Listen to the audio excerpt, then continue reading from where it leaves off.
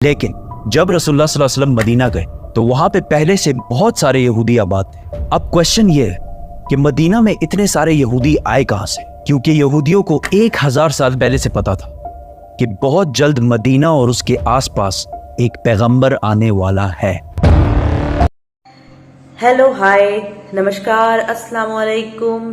میں تبسم گلفشا انڈیا سے لے کر آئی ہوں آج ایک اتنا خاص ویڈیو جس میں آپ دیکھیں گے کہ پروفٹ محمد جو حضور صلی اللہ علیہ وسلم پیس بی اپان ہم، جن کے آنے کی خبر یہودیوں کو ان کے آنے سے 1000 سال پہلے سے معلوم تھا،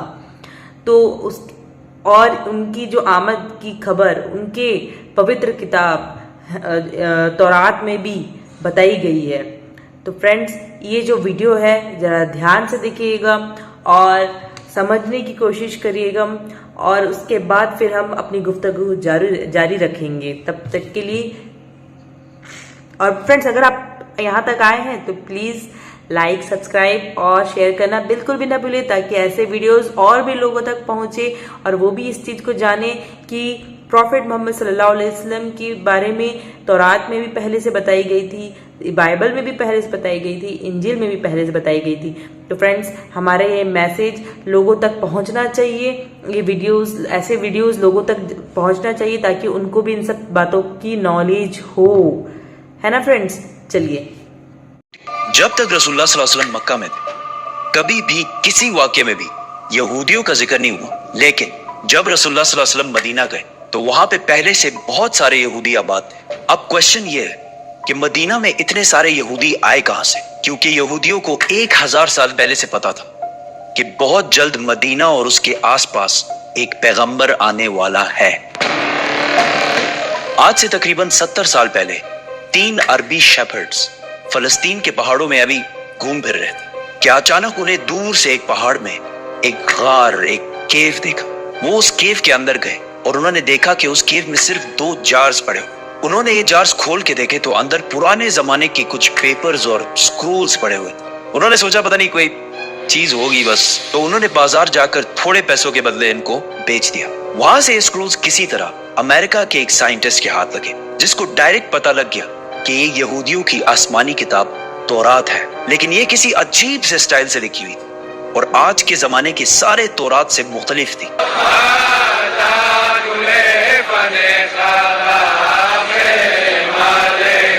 تو اس سائنٹسٹ جان سی ٹریور نے ان پیپرز کو اس زمانے کے سب سے پرانے تورات جو 1800 سال پرانا تھا اس سے کمپیئر کیا، اور ان دونوں تورات کا سٹائل اور انداز بالکل ایک جیسے تھا۔ جس کاغذ پر یہ تورات لکھی ہوئی تھی، اس سائنٹسٹ نے اس کی کاربن ڈیٹنگ کرائی کہ زیادہ سے زیادہ یہ کتنے پرانے زمانے کے ہو سکتے، تو پتہ چلا کہ یہ ایٹ لیسٹ 2200 سال پرانا کاغذ ہے جس پر یہ تورات لکھی ہوئی ہے، which means کہ یہ تورات جو فلسطین کے ایک غار میں ایک عام سے عربی شیپرڈ کو ملے تھے، یہ دنیا کے سب سے پرانے تورات میں سے ایک ہے۔ ایون حضرت عیسیٰ علیہ السلام کے آنے سے بھی پرانے کا تورات ہے۔ Copies of the Bible that are 1000 years older than any previously known copy of the Bible.